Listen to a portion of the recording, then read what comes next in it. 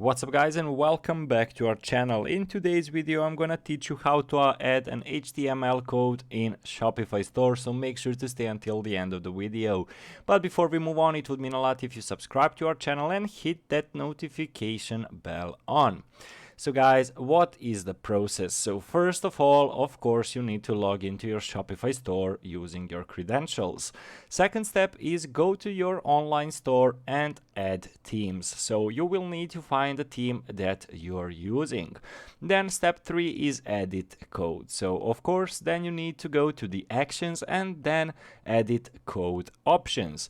This will open up all the documents that create your website. You need to find a folder that is relevant to your code.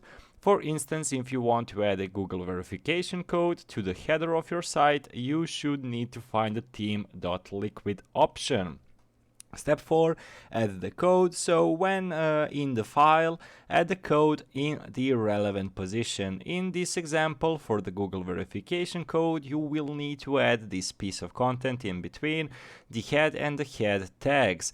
This determines the header that of the area of your website. Step 5, of course, is the save. Before you exit the code editor, you will need to have all the changes saved, so this should be published to your website. So adding HTML code to your Shopify store isn't challenging. The biggest problem you have is making sure that your code won't cause a crash of your site. One of the best code creators for Shopify store is Code Customizer.